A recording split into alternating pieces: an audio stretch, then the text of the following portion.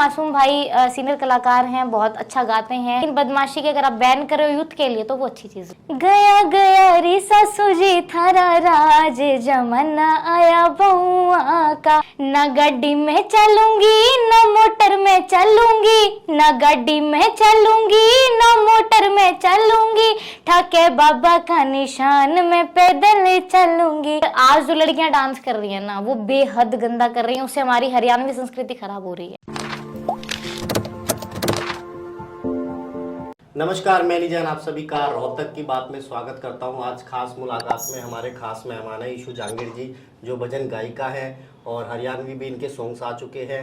काफ़ी कुछ कर रही है, छोटी सी उम्र में काफ़ी कुछ कर रही है। तो आज इनसे बातचीत करेंगे और जानेंगे कि कैसे इनका सफ़र शुरू हुआ। तो सबसे पहले तो आपका स्वागत है। नमस्कार सर आपका। अब आप मेरे को ईशू मैम ये बताइए कि कैसे आपका जो सफ़र था वो शुरू हुआ और क्यों आपने सोचा कि आपको सिंगिंग करनी चाहिए, थोड़ा सा बताइए शुरू से। शुरुआत तो मेरी मतलब ये होता है ना कि स्टार्टिंग जो बर्थ टाइम लाइक 4-5 इयर्स तभी से ये था कि एक होता है ना स्टार्टिंग में पता चल जाता है बच्चे का, अपने देसी भाषा में बोलते कि पुत के पपाड़ले में दिख जाया करे तो वो चीज़ें थी। तो मैं स्टार्टिंग से ही सिंगिंग, डांस और इन चीज़ों में काफ़ी ज़्यादा एक्टिव थी। बट ये था कि फैमिली का बैकग्राउंड ऐसा नहीं है, ना पीछे से कोई फैमिली में ऐसे काम कर रहा है, घर में ऐसा कोई भी नहीं है। और फिर बस वो था कि फैमिली का सपोर्ट नहीं था स्टार्टिंग में, तो बट स्टार्टिंग से नहीं कर पाई। फिर आया 9th 10th स्कूल में करते थे कि हाँ आज ये फंक्शन, आज वो फंक्शन है, वहाँ से शुरुआत होती है। फिर मेरे टीचर्स भी सपोर्ट नहीं करते थे, सबसे बड़ी बात ये कि टीचर्स भी सपोर्ट नहीं करते थे। अच्छा। फिर 11th 12th में मैं तब आई, तब से मैं सिखाने लग गई थी थोड़ा बहुत कि हाँ मुझे डांस आता था। सीखा मैंने कभी किसी से नहीं, ना सिंगिंग सीखी और ना डांस सीखा है। अच्छा, ये जो आप अब तक कर रहे हो ना, आप कुछ भी नहीं सीखा आपने अब तक और ऐसे ही चल रहा है और अच्छा चल रहा है। 11th 12th के बाद धीरे धीरे स्टार्टिंग होने लगी मेरे काम की। मैं खुद ही से इंस्पायर होती हूँ, कभी ये नहीं कि हाँ मैं उसको देख के इंस्पायर हुई हूँ या उसको देख के इंस्पायर हुई हूँ। खुद से ही मेरा मन था करने का। फिर धीरे धीरे जैसे मेरी स्टेज या अपर लेवल पे आती गई या लोगों ने पसंद करना शुरू किया मुझे डांस से भी और सिंगिंग से भी, फिर शुरुआत पेरेंट्स की भी हो गई सपोर्ट में। और फिर ये था कि हाँ धीरे धीरे जजमेंट भी काफ़ी करी, खुद भी डांस परफॉर्म किया। खास तौर पर थोड़ा सा मैं ये जानना चाहूँगा कि आप किन चीज़ों को पिक करते हो कि भी मुझे इस टाइप का गाना है और इस टाइप का नहीं गाना है। पिक करने का तो ये है कि मतलब ज़्यादातर ना मैं जो पुरानी अपनी लेडीज़ गा, देखो आज वाले यूथ में क्या है कि बच्चे जैसे अभी एक चल भी रहा है कि बदमाशी के सॉन्ग बैन हो गए एंड ऑल ये सब, तो इन चीज़ों को मैं परे रख के अपने यूथ को एक अच्छी डायरेक्शन देना चाहती हूँ। मैं भक्ति लाइन में क्यों आई, मैं डिवोशनल क्यों गाती हूँ, इसीलिए गाती हूँ कि जैसे आज के बच्चे काफ़ी गलत चीज़ों में जा रहे हैं, मेरी एज के, मेरे से बड़े, मेरे से छोटे भी। तो वही है कि हम इन चीज़ों से बाहर निकालना चाहते हैं, हम अपनी हरियाणवी संस्कृति को आगे लेके जाना चाहते हैं जो एक्चुअल में है। आज के टाइम में हरियाणवी संस्कृति को क्या माना जाता है, भाभी के ऊपर गाने गा दिए, बहनों के ऊपर, ये चीज़ें गलत हैं बहुत ज़्यादा।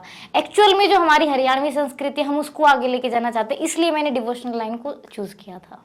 अच्छा, ये बताइए, देखिए दो आपने अलग अलग चीज़ें पकड़ी हुई है, एक तरफ तो डिवोशनल और एक तरफ हम हरियाणवी सिंगिंग की बात करते हैं। तो आपको निजी तौर पर कौन सी चीज़ ज़्यादा अच्छी लगती है, थोड़ा इस बारे में बताइए। हरियाणवी का तो ऐसा, हरियाणवी में भी मैं क्या गाती हूँ आपने सुना होगा, अपने जो प्रॉपर फोक होता है, जो पहले लेडीज गाती थी, गीत जो गाए जाते थे, उनको हम रीमेक करते हैं कि आज के बच्चे उनको सुने, उनको पसंद करें। ठीक है। और डिवोशनल इसलिए अच्छा लगता है क्योंकि भगवान से ज्यादा तो मेरे हिसाब से दुनिया में कुछ नहीं है, इसीलिए। भगवान जी की बात हो रही है, डिवोशनल की बात हो रही है, तो अभी आपका हाल ही में गाना भी आया था, तो थोड़ा वो सुना देते हैं अगर, खाटू जी वाला। पैदल चल लूंगी। विकास रोहिला भाई ने उनको लिखा है और गाया मैंने और पवन पाठक भाई ने है, तो बहुत अच्छा चल रहा है अभी भी कंटिन्यू। वो फागुन का भजन आया था। न गाड़ी में चलूंगी न मोटर में चलूंगी, न गाड़ी में चलूंगी न मोटर में चलूंगी, ठाके बाबा का निशान में पैदल चलूंगी, ठाके बाबा का निशान में पैदल चलूंगी। बहुत सुंदर। अच्छा, अब ये बताइए, आपने एक बात कही बदमाशी के गानों की, तो उसी पे आना चाहूँगा। हरियाणा में इस समय बदमाशी के गानों पे ही बात चल रही है, गाने बैन हो रहे हैं, नहीं होने चाहिए थे। आपकी क्या राय है इस बारे में, थोड़ा बताइए। देखो, होने ना चाहिए या होने चाहिए उस चीज़ों से तो मैं थोड़ी सी साइड हूँ, लेकिन ऐसा नहीं है। नहीं, बचना नहीं चाहती, नहीं कंट्रोवर्सी में आओ तो आओ, मिलके आओ, बिल्कुल बराबर में आओ, फिर आना ही है तो कंट्रोवर्सी में। लेकिन आप किसी एक इंसान को टारगेट करके अगर ये काम कर रहे हो तो वो गलत है। और दूसरी बात, देखो मासूम भाई सीनियर कलाकार हैं, बहुत अच्छा गाते हैं और सरस्वती माँ उनके हमेशा कंठ में रहती हैं, बहुत अच्छा गाते हैं। लेकिन उन्होंने अच्छे भी बहुत गाए हैं, बच्चों ने वो तो नहीं सुने। उन्होंने बदमाशी क्यों चूज किया? हम किसी भी एक आर्टिस्ट को टारगेट नहीं कर सकते इस चीज के ऊपर कि एक आर्टिस्ट ये गाता है तो यूथ ये सुन रही है, नहीं। मासूम भाई ने बहुत अच्छे गाए, एक वो भी गाया था, बैठे बड़द कदे लात मार के ठाया ना करते, इस तरीके के भी बहुत अच्छे अच्छे उन्होंने गाने गाए, यूथ ने वो तो नहीं सुने। उनके ऊपर तो उन्होंने अमल नहीं किया कि हाँ मासूम अच्छा गा रहा है तो हम ये चीज़ें करें, तो ये चीज़ें गलत है। अगर आप एक आर्टिस्ट को उठा के कर रहे हो तो फिर गलत है, लेकिन बदमाशी के अगर आप बैन कर रहे हो यूथ के लिए तो वो अच्छी चीज़ भी है। तो फिर आपके हिसाब से आप ये कह रहे हो कि जो यूथ है आज का, चाहे हरियाणा का हो चाहे बाहर का हो, उसे बदमाशी गाने सुनने पसंद है, इसलिए मजबूरी में आर्टिस्ट को गाने बनाने पड़ते हैं। बिल्कुल। देखो आप अब बोल रहे हरियाणा में हम लोगों ने बैन कर दी, बट पंजाबी लैंग्वेज तो चेंज हुआ है ना, लिरिक्स तो वही है, गा तो वो भी वही रहे हैं, सेम सेम चीजें ही हैं। आप कोई भी उठा के देख लो, देखो हर जगह आप बॉलीवुड में जाओगे तो भी वहाँ दोनों चीजें चल रही हैं, रोमांटिक लव भी है और बदमाशी भी है। आप पंजाबी में आ जाओगे, आप किसी भी लैंग्वेज या किसी इंडस्ट्री में चले जाओ, हर जगह दोनों चीजें हैं, बट वो डिपेंड करता है यूथ के ऊपर, वो क्या पसंद कर रहा है। फिर आर्टिस्ट तो काम वही करेगा, है ना। अब मैं हूँ, अब देखो मैं गाती हूँ, मैं भजन गाती हूँ, अब मैं जाके और कीर्तन में ये बोलूंगी कि भाई मैं चाहती हूँ कि मेरे साथ में रहने वाले मेरे यूथ बच्चे ना इस चीज के अंदर उठे, भक्ति लाइन में, डिवोशनल लाइन में आए, तो मेरे कहने से तो वो आएंगे नहीं, वो तो उनका मन होगा तो करेंगे ना। ये चीजें होती हैं कि आर्टिस्ट को अगर आप टारगेट कर रहे हो तो गलत है, फिर यूथ जो चीज चाहता है आर्टिस्ट तो वही करेगा। अच्छा, अब आप ये बताइए कि आप एक लड़की हैं, ठीक है, और आपका जो सफर रहा आपने बताया शुरू से मुश्किलों भरा रहा, तो काफ़ी चीज़ें आपने देखी होंगी जहाँ पर आपको परेशानी आई होंगी, एक तो उस बारे में बताइए थोड़ा सा। और क्योंकि जब हरियाणा की बात करते हैं, वुमेन्स की बात करते हैं, तो सपना चौधरी जी का नाम काफ़ी ज़्यादा आता है, ठीक है। उन्होंने बहुत मेहनत करी, अच्छी करी बुरी करी, अपने अपनी सबकी राय है। आप बताइए कि आजकल बहुत ज़्यादा लोग सपना चौधरी जी के नाम पे भी बहुत ज़्यादा लड़कियां हैं जो वो डांस कर रही हैं, उसमें भी कई बार कुछ लोग कहते हैं कि सही है गलत है, सबकी अपनी अपनी राय है। आपकी क्या राय है और आप क्या कहेंगे इस पर? सफ़र की बताऊं तो बहुत मुश्किलें आई थी, और पेरेंट्स की तरफ से भी आई हैं और रिलेटिव्स की तरफ से आज भी आती हैं। देखो नापसंद करने वाले तो नहीं करेंगे, नहीं नापसंद करने वाले तो नहीं करेंगे, क्या फर्क पड़ता है हमें, हम अपने काम से मतलब होना चाहिए। पेरेंट्स अब सपोर्ट कर रहे हैं कि उनको लग रहा है कि हाँ ठीक है, अच्छा नेम फेम हो रहा है, अच्छी सारी चीज़ें हो रही हैं, इज्जत से काम हो रहा है, तो फैमिली भी पूरा सपोर्ट कर रही है अब तो। और रही बात सपना मैम की, तो देखो सपना मैम की बात ऐसी, जो लड़कियाँ आप भी देखते होगे रील्स पे, अगर मैं और थोड़े से अपर लेवल पे कभी आई तो मैं सबसे पहले ये डांस जो कर रही है ना लड़कियां, ये बंद करवाऊंगी।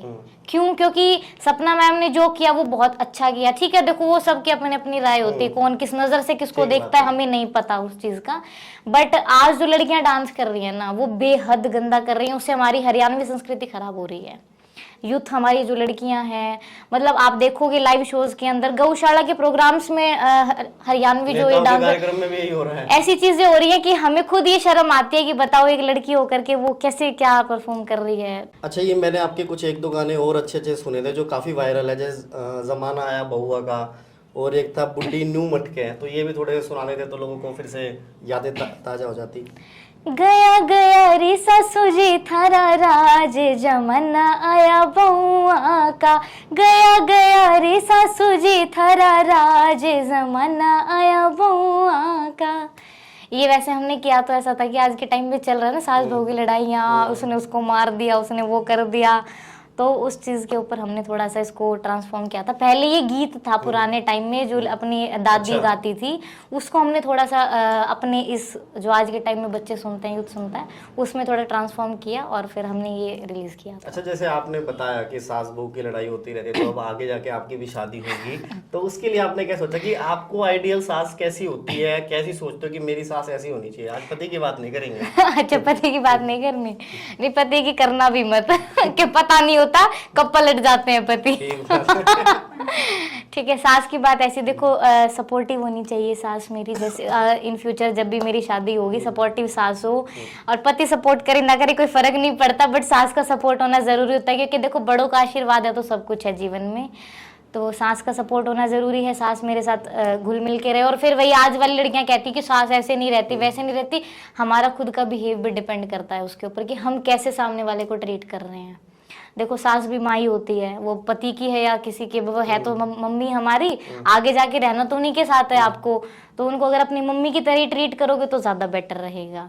अच्छा, अभी ये बताइए, जैसे कि आप सिंगिंग कर रहे हो इतने वक्त से, तो जब भी हम, हालांकि आपने बताया मेरा ऐसा सच कोई इंस्पिरेशन तो नहीं रहा, लेकिन फिर भी हम बहुत लोगों को प्रेज करते हैं, उनके काम को पसंद करते हैं, तो हरियाणा में कोई ऐसा हो, बॉलीवुड में ऐसा हो, पंजाबी इंडस्ट्री में ऐसा हो, या फिर हम विदेशों की बात कर ले, तो किन को देखते हो उनके गाने आपको लगता है कि भाई मैं इस टाइप का कुछ आगे जाके करना चाहती हूँ या करूँगी? मैं सुनती सबको हूँ। हम्म। इसमें चाहे रेशमी दीदी हैं, या आप हरियाणवी इंडस्ट्री में एक बहुत अच्छे अच्छे नाम है, कोमल चौधरी हैं, रेणुका पवार है, और बहुत हैं। मतलब मैं किसी को टारगेट नहीं कर रही नाम से, याद नहीं आ रहा क्योंकि मुझे, क्योंकि याद नहीं आ रहा मुझे इस टाइम। और अपने इधर भजन लाइन में आदि से रेशमी शर्मा दीदी हैं, साक्षी अग्रवाल हैं, और फीमेल सिंगर मेल भी बहुत हैं, और जो अपने पहले गाते थे जैसे लक्का जी हैं, और नरसी जी लिखते हैं, तो बहुत हैं।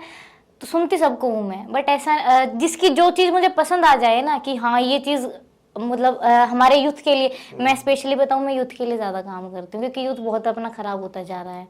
वो बड़े तो समझाते बट समझने वाला नहीं होता, बट हमसे हमारे ही साथ रहने वाले ज़्यादा सीखते हैं। तो मैं यूथ के लिए ज़्यादा काम करती हूँ, सुनती सबको, जो चीज़ मुझे पसंद आती है फिर वहाँ से मैं उसको पिक करके देन परफॉर्म आप छोटी सी उम्र में कैसे आपने सोचा कि भाई मैं यूथ के लिए काम करूंगी? आप खुद एक यूथ हो, तो कैसे आया मन में कि भाई ये सब करना चाहिए और यूथ की, बेसिकली यूथ पे फोकस करना चाहिए? क्योंकि हम लोग देखते हैं ना हमारे साथ में, जैसे हमारा भी सर्कल है, हालांकि अब तो बहुत कम हो गया है उठना बैठना, कि काम इतना ज़्यादा रहता है, तो फ्रेंड्स में भी नहीं बैठ पाते। और लेकिन हम लोग देखते हैं, हम लोग स्टेज परफॉर्म करते हैं, मैं लाइव शोज़ भी करती हूँ, जजमेंट भी करती हूँ, और कीर्तन भी करती हूँ, तो हर जगह तरह की पब्लिक मिलती है। तो उनको देख के नज़रिया होता है सबका अपना, मतलब एक सेंस ऑफ ह्यूमर होता है कि हम सामने वाले को देख के पता कर लेते हैं कि इस टाइम हमारे आसपास में चल क्या रहा है। इसलिए तो यूथ, अब डेली न्यूज़ आ रही हैं, अभी हाल ही में बहुत सारे केसेस आए हैं, और रोहतक में भी आई थिंक मैंने आपके पेज पे देखा था, रेप केस एंड ऑल सब चल रहा है। तो गलत हो रहा है जो भी हो रहा है, तो यूथ को सुधरना पड़ेगा। और फिर अगर यूथ नहीं सुधरेगा तो आगे आने वाला जो जनरेशन है वो बिल्कुल खत्म हो जाएगी, बिल्कुल। कि जैसे कि आप सिंगिंग करते हैं, बहुत छोटे बच्चे होंगे जो आगे जाके बड़े होंगे और वो भी सिंगिंग करना चाहते हैं, स्पेशली मैं गर्ल्स के लिए कहना चाहूँगा, क्योंकि जो माहौल बन रहा है, ठीक है, और आपने एक बात की थी कि इज्जत से काम करते हैं, तो काफ़ी कुछ चीज़ें कही जाती है इस लाइन के बारे में विशेष तौर पर, तो कैसे वो सीखें? जैसे आप तो खुद ही सीख गए सब कुछ, सबके पास स्पेशल टैलेंट नहीं होता, ठीक है, सिंगिंग करनी चाहिए, सीखनी चाहिए, सब कहते हैं, तो कैसे वो सीखे, किन चीज़ों पे ध्यान दे? और कहीं जाते हैं काम मांगने, काम लेने, काम के बारे में बात करने, तो उनमें किन चीज़ों का ध्यान दे? सीखना तो देखो चाहिए। मेरा तो ऐसा है कि जितना थोड़ा वो टूटा फूटा गाती हूँ, ये तो ठीक है, भगवान ने दिया है, सीखेंगे, समय आएगा तब सीखना। मुझे भी क्लासेस लेनी है बट नहीं टाइम मिल पाता क्लासेस का, लेकिन सीखना बहुत ज़रूरी होता है जीवन में, लर्निंग स्किल्स होनी बहुत ज़रूरी है।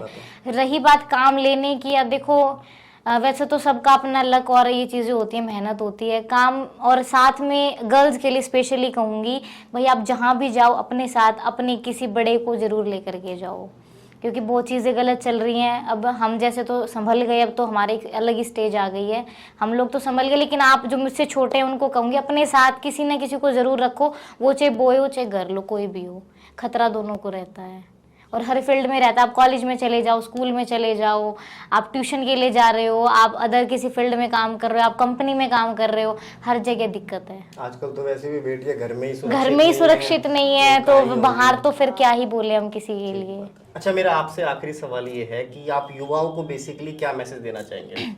मैं अपने यूथ को, अपने साथ रहने वालों को और मेरे एज वालों को, अपने से बड़ों छोटों सबको एक ही सलाह देना चाहूँगी। भाई सबसे पहले तो मैं बोलना चाहूँगी लड़कियों के ऊपर कि आप लोग सबको अपनी बहन बेटी के समान नज़र से देखा करो।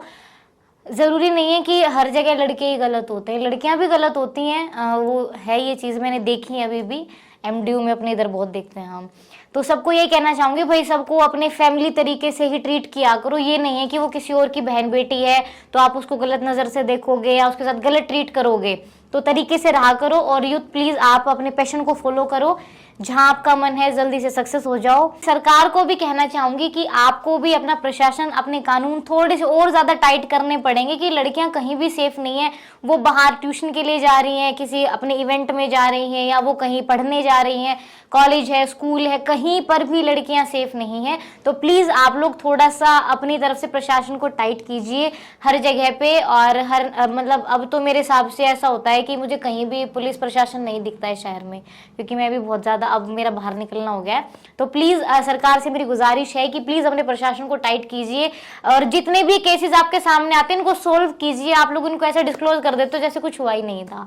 तो प्लीज़ आप लोगों से मेरी रिक्वेस्ट है कि इन चीज़ों के ऊपर एक्शन लीजिए ताकि आगे से ये चीज़ें हो ही ना। तो चलिए, आपका धन्यवाद, आपने अपना समय दिया। तो ये था आज का इंटरव्यू। आप देखते रहिए रोहतक की बात।